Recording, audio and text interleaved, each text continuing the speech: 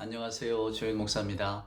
오늘은 누가복음 18장에 있는 말씀, 누가복음 18장 1절로 9절, 흔히 과부의 기도, 간청하는 기도, 혹은 좀 더 세게 강청하는 기도라고 알려진 본문의 말씀 한번 살펴보도록 하겠습니다. 누가복음 18장 1절부터 제가 읽겠습니다. 예수께서 그들에게 항상 기도하고 낙심하지 말아야 할 것을 비유로 말씀하여 이르시되 어떤 도시에 하나님을 두려워하지 않고 사람을 무시하는 한 재판장이 있는데 그 도시에 한 과부가 있어 자주 그에게 가서 내 원수에 대한 나의 원한을 풀어주소서 하되 그가 얼마 동안 듣지 아니하다가 후에 속으로 생각하되 내가 하나님을 두려워하지 않고 사람을 무시하나 이 과부가 나를 번거롭게 하니 내가 그 원한을 풀어주리라. 그렇지 않으면 늘 와서 나를 괴롭게 하리라 하였느니라. 주께서 또 이르시되 불의한 재판장이 말한 것을 들으라. 하물며 하나님께서 그 밤낮 부르짖는 택하신 자들의 원한을 풀어주지 아니하시겠느냐? 그들에게 오래 참으시겠느냐? 내가 너희에게 이르노니 속히 그 원한을 풀어주시리라. 그러나 인자가 올 때의 세상에서 믿음을 보겠느냐 하시니라. 아멘. 예. 아마 누가복음에서 가장 많이 알려진 본문은 아닐까. 한때 이 본문을 가지고 긍정주의 신학이라고 할까요? 하나님을 마치 내 편 삼아서 자기 소원을 이루라고 하는. 그래서 이 본문의 말씀을 빗대어서 여러분이 만약에 소유하고 싶은 집이 있거든. 그 집의 정확한 평수, 조건, 위치 이런 것들을 다 하나님 앞에 알면 된다. 차가 필요하거든. 그 몇 cc가 필요한가까지 말하면 된다. 그리고 강청하면 하나님이 들어주시지 않겠느냐. 이런 식의 이야기들을 많이 한 적이 있었죠. 깜짝 놀랐습니다. 하나님의 말씀을 그렇게 볼 수도 있구나. 네, 여러분 여기 나와 있는 본 뜻은 그런 의미가 아니라는 거 이제 짐작은 하시겠죠? 한번 이 말씀을 보겠습니다. 1절은 예수님께서 이렇게 시작합니다. 예수께서 그들에게 항상 기도하고 낙심하지 말아야 할 것을 비유로 말씀하여 이르시되. 그러니까 분명히 예수님께서는 다음 내가 들려줄 이야기는 항상 기도하고 낙심하지 말라. 여기에 대한 이야기를 하겠다라고 말씀을 하신 거예요. 근데 왜 항상 기도하고 낙심하지 말아야 하느냐면 그 앞부분을 보면 예수님이 세상의 종말에 대한 이야기를 하시잖아요. 특별히 바로 이 앞구절에 보면 죽음 있는 곳에 독수리가 모인다. 이제 그때 당시 가장 이스라엘의 어떤 그 위협적인 세력은 로마였고, 로마가 독수리를 그 표징으로 삼았다는 말씀을 드렸잖아요. 그러니까 그런 어떤 국제적인 정세 속에서 또 늘 사람들의 삶을 힘들게 하는 어떤 그런 역사적인 폭력 앞에서 이스라엘 사람들이 많이 당하고 유대 사람들이 고통을 당했잖아요. 그리고 이제 종말의 때를 이야기하니까 예수님께서는 분명히 그런 무시무시한 때가 올 거다라고 이야기를 하시잖아요. 그러니까 그런 와중에서 우리가 해야 될 일이 뭐겠냐 그 말입니다. 이게 반드시 연관지어야죠. 멀쩡하게 이렇게 살아가다가 저희가 기도가 필요하고 필요한 게 있어서 하나님 앞에 간절히 엎드리면 하나님이 들어주신다 이런 본문이 아니고요. 그런 아주 무서운 시대를 사는 사람들에게, 그리고 당장에 어떤 그 공포스러운 일이 닥쳐올 것 같은 그런 불안한 시절에 사는 사람들에게 오늘 예수님께서 그럼에도 불구하고 우리는 기도를 멈추지 말아야 된다. 지금 그 비유를 들려주고 계신 거예요. 그래서 여기에는 대조적인 사람 두 사람이 등장하잖아요. 한 사람은 재판관입니다. 그리고 한 사람은 과부입니다. 상징하는 바가 있죠. 재판관은 지금 오늘날처럼 어떤 사법만을 책임지는 사람이 아니었으니까요. 그때 예수님 당시의 재판관은 그 마을의 지도자입니다. 그러니까 모든 걸 결정하는 사람인 거죠. 그러니까 백성의 지도자인 사람하고 그다음에 과부로 대표가 되잖아요. 성경은 언제나 약자의 가장 대표적인 인물군으로 과부를 드는데, 이 과부가 표상하는 바는 주변 사람의 도움이 없이는 살기 힘든다는 걸 말하는 거예요. 옛적에는 다 힘의 시대잖아요. 남성들의 시대죠. 힘을 써야만 뭔가 이렇게 밭이건 뭐건 말입니다. 짐승을 잡든 밭에서 소출을 내든, 그러니까 농사를 짓든 사냥을 하든 뭘 하든지 간에 남자들의 힘이 필수적인 거예요. 그러니까 과부라고 하면 도움을 받을 데가 없잖아요. 내 힘 갖고는 안 되잖아요. 이게 주변 사람들이 누군가 도와주지 않으면 살아가기 힘든 사람, 그러니까 가장 약자죠. 오늘 가장 힘이 센 사람과 가장 힘이 약한 사람을 예수님께서는 지금 대조적으로 보이시는 거예요. 자, 오늘 이 과부가 원망이 있나 봅니다. 한 과부가 있어 자주 그에게 가서 내 원수에 대한 나의 원한을 풀어주소서. 원한, 에크디케오라고 하는 헬란 말이에요. 원한은 맞습니다. 억울한 일이에요. 그러니까 오늘 이 에크디케오라고 하는 말 자체는 정의를 얻도록 도와주세요 그 말이에요. 이게 복수해 주세요라는 뜻이죠. 처벌해 주십시오. 내가 억울한 일을 당했습니다. 근데 여러분 아까 말씀드린 것처럼 에크디케오라고 하는 말 속에는 정의라고 하는 말이 포함된다고 그랬잖아요. 그러니까 지금 이 과부가 생떼를 쓰고 있는 게 아닙니다. 근데 오늘 재판장의 말이 기가 막히죠. 내가 뭐 하나님도 무시하고 나 아무것도 다 나는 두려워하는 존재가 없다. 어쩌면 불의한 세상의 대표죠. 무서운 존재가 없는, 언제나 내가 왕이고 내가 중심인. 뭐 요즘 오늘날의 우리 시대가 그렇지 않습니까? 자본주의 시대라고 하면 돈이 왕이죠. 예, 돈을 가지고 재화 획득을 가지고 사람의 모든 것을 판단하는 시대니까 그렇습니다. 각 시대마다 어떤 그 시대 사람들이 가장 힘이라 여기는 것 있잖아요. 그러니까 이 재판장은 그걸 대표하는 사람인데 그는 아주 대놓고 말합니다. 나는 하나님도 아무도 두렵지 않다. 무서울 게 없는 사람이죠. 그것을 성경은 불의하다고 표현합니다. 무서울 게 없다. 만약에 저나 여러분도 세상을 살아갈 때 나는 무서운 게 별로 없어. 뭐 우리가 권력을 가져서가 아니라 포비아 지키는 것만이고 내가 누구 신세 질 것도 없는데 내가 누구를 무서워하고 누구 앞에 두려움을 갖는단 말인가.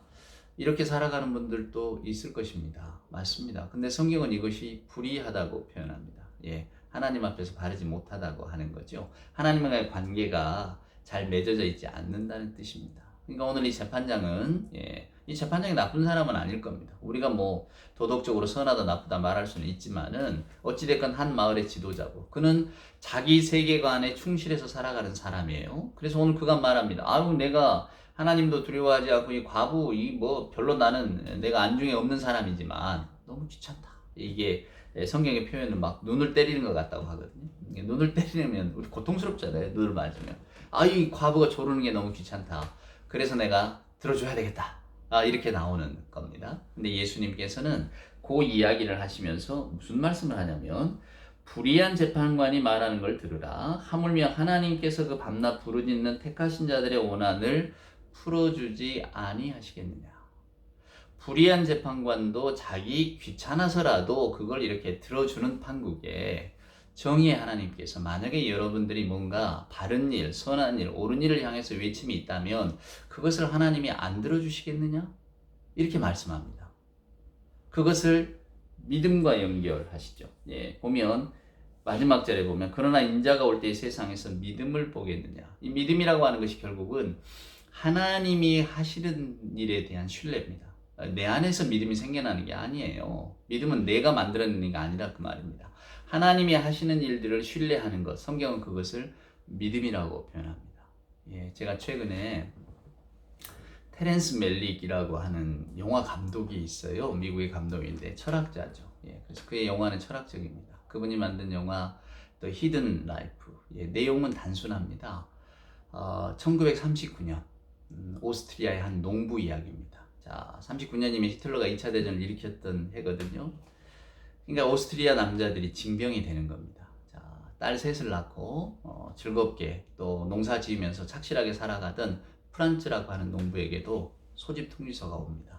군대를 가야 되냐 말아야 되냐.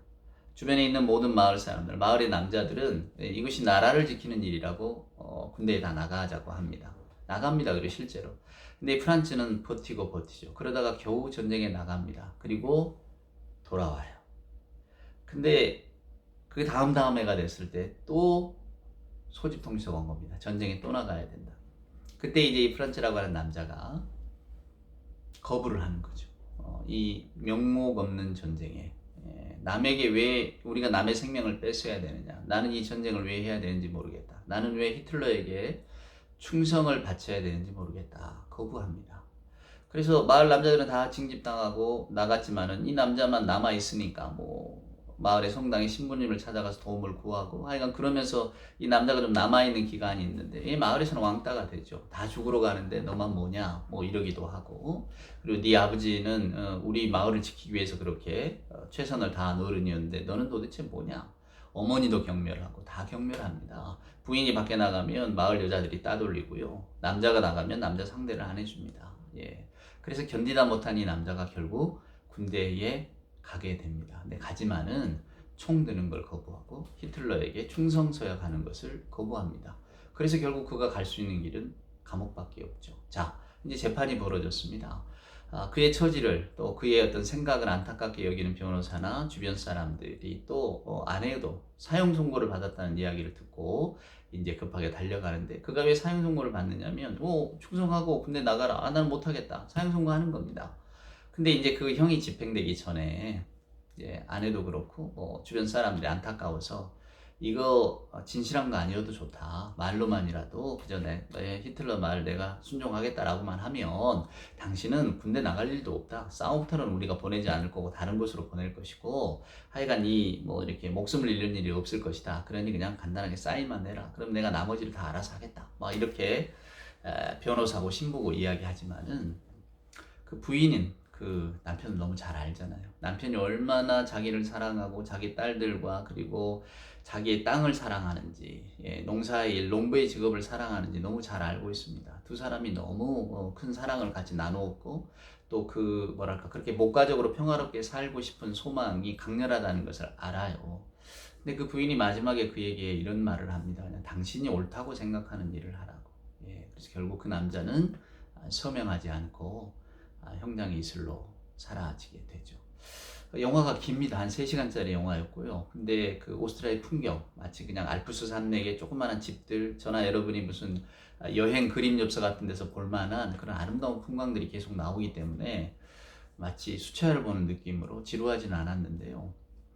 그 맨 마지막 영화가 다 끝나고 나서 이제 까만 화면에 감독의 의도가 담긴 글 하나가 딱 떠오르는데요. 조지 엘리엇이라고 하는 영국의 유명한 여류 소설가입니다. 영미 문학계에서는 20세기 가장 뛰어난 문학가 중 한 사람, 10개 작품을 꼽으라면 이 여자의 작품을 미들마치라고 하는 작품을 넣는다, 이런 이야기를 하는데, 저도 못 읽어봐서 책이 너무 두꺼워요. 1000페이지가 넘는 백과사전 같은 책인데 언젠가 시간이 나면 한번 읽어볼. 근데 그 미들마치에 나오는 말을 인용을 해서 써놨는데 제가 무릎을 쳤습니다. 거기에 보면 이런 말을 인용을 했어요. 저나 여러분이 지금 이렇게 누리고 있는 어떤 세상에서 바라보는 선한 것, 좋은 것은 역사에서는 알려지지 않는 사람들 때문이다. 그 중에 많은 사람들은 참 신실하지만은 그렇게 무명으로 살아갔고, 또 그 중에 또 어떤 사람들은 아무도 찾지 않는 무덤에 지금 묻혀 있다. 무슨 얘기냐면 세상이 이렇게 선하게 흘러온 것은, 사랑하는 여러분, 그 역사에서 알려지지 않은, 우리가 알지 못하는 무명의 하지만 신실하게 자기 믿음을 지켰던 사람들, 그들의 무덤이 어디 있는지도 모르는 그런 사람들 때문에 지금 세상이 이렇게 선하게 되었다라는 거예요. 저는 문득 이 누가복음의 말씀이 생각이 났습니다. 저나 여러분이 아무리 애쓴다고 세상이 선해지겠습니까? 세상은 각각 자기 길을 갈 뿐인걸요. 이게 거대한 힘입니다. 그래서 예수님도 주기도문에 우리가 시험에 들지 말게 해달라 기도하라고. 2차 대전 같은 건 우리가 시험에 드는 거잖아요. 저나 여러분이 거부할 수 있는 게 아닙니다. 저도 그 영화를 보면서 내가 만약에 저 프란츠라고 하는 남자였다면 서명했겠다. 내게는 가족이 있고 세 딸이 있고 그까지 그 서명한다고 해서 내 신념을 꺾는 것도 아닌데 그냥 서명하고 말지. 왜 남의 생명을 죽이는 전쟁에 내가 참여해야 되는가? 여기에 딱 부딪히니까 이 남자는 그냥 이렇게 절벽을 만드는 건데요. 나라면 어땠을까? 서명하고 살 길을 찾았겠죠. 그래서 이제 그런 사람들의 이야기가 이렇게 마음 무겁게 다가옵니다. 근데 오늘 예수님이 그 말씀을 하고 계시는 거거든요. 오늘 이 과부의 이야기를 들면서 만약에 여러분이 불의한 세상과 반대되는 어떤 일을 보았을 때 가만히 있지 말라는 거거든요. 그러니까 뭔가 이렇게 어렵고 세상에서 부당한 일을 당할 때, 불의한 세상에서 고통받고 이렇게 울고 있는 사람의 소리는 사람들은 안 들어도 하나님은 들으실 거니까. 그들의 눈물을 여러분도 기억하고 여러분이 할 수 있다면 동참해 달라는. 오늘 여기 말씀에 보면 부르짖다 그러잖아요. 7절에 보면 하물며 하나님께서 그 밤낮 부르짖는 택하신 자들의 원한을 부르짖다라고 하니까 저나 여러분은 기도도 그냥 가만히 하면 안 되고 부르짖어야 된다라고 하는데, 여기 부르짖다라고 나오는 헬란 말은 보아오라는 뜻입니다. 근데 이게 성경에는 기도로 쓰여진 게 없고요. 보아오라는 말이 아주 강렬하게 쓰여진 걸 예수님이 십자가에 달리셨을 때 부르짖으시잖아요. 나의 하나님 나의 하나님 어째 나를 버리셨습니까? 부르짖을 때 이때 보아오라는 단어를 똑같이 쓰거든요. 이 부르짖는다고 하는 것이 단순히 골방에 가서 기도한다, 기도할 때 우리가 어떤 이렇게 부르짖는 기도를 해야 된다. 통성기도 많이 하잖아요. 부르짖는 기도를 해야 된다. 그게 아닙니다. 예. 그 뜻이 아니에요. 여기 나오는 부르짖다는 말은 내가 마음속 깊은 곳에서 이 아픔 속에서 나오는 절규예요. 절규.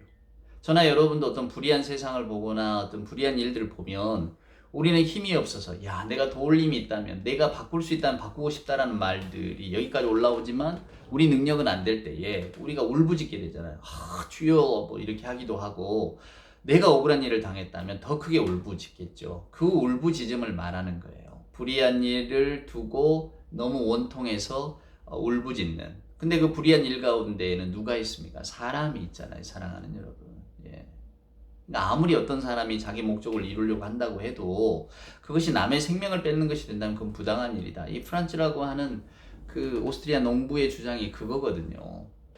오늘 저나 여러분 이제 이 본문을 읽습니다. 우리가 살아가는 세상 속에서는 그래도 많이 인간의 합리적 이성 또 어떤 그 과학 문명이 분명히 예전보다는 더 좋은 세상, 더 많은 이들에게 행복이 돌아가도록 어떻게 하면 뭐 국가의 정책이든 사람들의 생각이든 많은 사람에게 좀 혜택이 돌아가고 부당한 차별을 받는 일은 없어야 된다. 뭐 이런 쪽으로 되게 정치의 방향이 정해지고 있잖아요. 그럼에도 불구하고 여전히 불의한 일을 당한 사람이 많고 또 뭐 옛적의 과부와 같이 별로 세상에서 어떤 힘을 목소리를 높이지 못하는 사람들의 억울함은 더 커져만 가는 세상이기도 합니다. 그 세상을 바라보면서 저나 여러분들이 어떻게 해야 될까? 옛적에 그 여운형이라고 하는 우리 독립운동가 있었죠. 여운형 선생의 그 평전을 쓴 글을 제가 읽은 적이 있는데 거기에 보면 이런 대목이 나옵니다. 새벽닭이 울잖아요. 그럼 여기저기 다 따라서 웁니다. 그럴 때에 그 새벽닭이 우는 거는 여럿이 우는 거는 이웃집 닭이 울어서가 아니라 새벽이 되었기 때문이다. 그래서 저 여러 닭들이 우는 것이다. 이런 표현이 있더라고요. 저는 생각합니다. 저나 여러분이 그래도 예수 믿는 사람으로 산다는 것은 이렇게 불의한 세상에서 고통받고 있는 사람들의 목소리, 울부짖음에 저나 여러분들이 귀를 열어야 될 필요가 있는 거죠. 왜냐하면 저기 울고 있는 사람이 있고 저 울고 있는 사람의 목소리는 우리 하나님이 들으시니까. 그러니까 여러분 오늘 이 좋은 본문의 말씀을 어떤 이기적인 기도라도 내가 부르짖으면 들어준다. 하나님이 그 사랑하시는 자식에게 좋은 걸 주시지 않겠느냐. 맞습니다. 사랑하는 자식이 좋은 것을 주시지만은 그 좋은 것이 꼭 내 이기적인 욕심에서 비롯되는 것, 우리가 눈에 볼 때 좋은 것, 좋은 집, 좋은 차, 많은 돈, 많은 명예 이런 것들을 말하겠는가? 그것은 성경의 시선으로 꼭 바라보시기를 바라고요.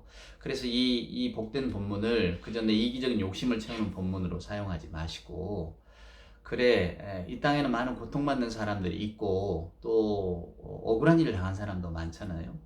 우리가 저 사람 저 억울함 때문에 어떡하나 저 사람 어떻게 사나. 그러나 오늘 성경의 본문은 하나님께서 분명히 듣고 계시고 또 하나님께서 듣고 계신다는 것을 믿는 거지. 그것이 바로 믿음이라고. 근데 인자가 이 세상에 올 때 그런 믿음이 우리에게 있을까? 라고 하는 겁니다. 저나 여러분도 뭐랄까, 야, 우리가 기도한다고 무슨 소용이 있겠어? 세상은 다 제 갈 길을 가고, 억울한 사람 억울한 뿐인데. 맞습니다. 억울한 사람이 그 한을 못 풀고 죽을 수도 있죠. 그 억울함이 그대로 그에게 간직되어질 수도 있습니다. 하지만은, 오늘 본문의 말씀, 우리가 주님의 말씀을 믿는다면, 하나님께서는 그 밤낮 부르짖는 자들의 그 부르짖음을 듣고 계신다는 사실을 우리가 믿는다면, 그리고 그 믿음 속에서 저나 여러분도 우리가 기도해야지. 맞다. 옳은 일을 위해서, 선한 일을 위해서, 하나님이 기뻐하시는 일을 위해서 기도해야지 라고 한다면 우리의 그 기도로 인하여서 이 땅에 하나님에 대한 믿음은 계속해서 지속이 될 것이고 또 그 하나님의 선하심에 대한 그 믿음의 확신 그것이 이어질 때에 사랑하는 여러분 세상은 흔들 수 없는 어떤 큰 기도의 힘을 가지고 예수 믿는 공동체에 남아 있을 거라고 저는 생각합니다. 그래서 저는 이 본문이 이것은 인간에 대한 예의를 가르치는 본문이다. 아무리 연약하고 약한 자라고 할지라도 그에게는 하나님의 돌보심이 있고 또 그의 울부짖음은 하나님은 들어주신다고 하는 그러니 우리가 그런 믿음을 가질 때에 우리 주변에 어떤 분들 특별히 고통 중에 있는 분들에게 그 고통의 의미도 모른 채 참으라고 하거나 견디라고 하거나 그건 당신의 일이다. 당신이 감당할 몫이다. 이렇게 말할 수는 없지 않겠는가. 적어도 우리가 저들의 어떤 그 하나님께서 꼭 들어주셔야 합니다. 혹은 저들의 저 간절함이 정말로 원망으로 남지 않게 반드시 하나님이 이루어 주신다고 하는 믿음을 꼭 허락하여 주십시오라고 하는 기도를 우리가 덧붙일 수 있다면, 사랑하는 여러분, 무언가 다른 하나님의 나라를 우리가 목도할 수 있지 않겠습니까? 예, 때가 됐을 때에 때가 돼서 우는 것이지 따라오는 것은 아니다. 잘 기억하시고, 저나 여러분도 이런 일들에 대해서 눈이 밝아지고 귀가 커지는 우리가 될 수 있기를 소망합니다.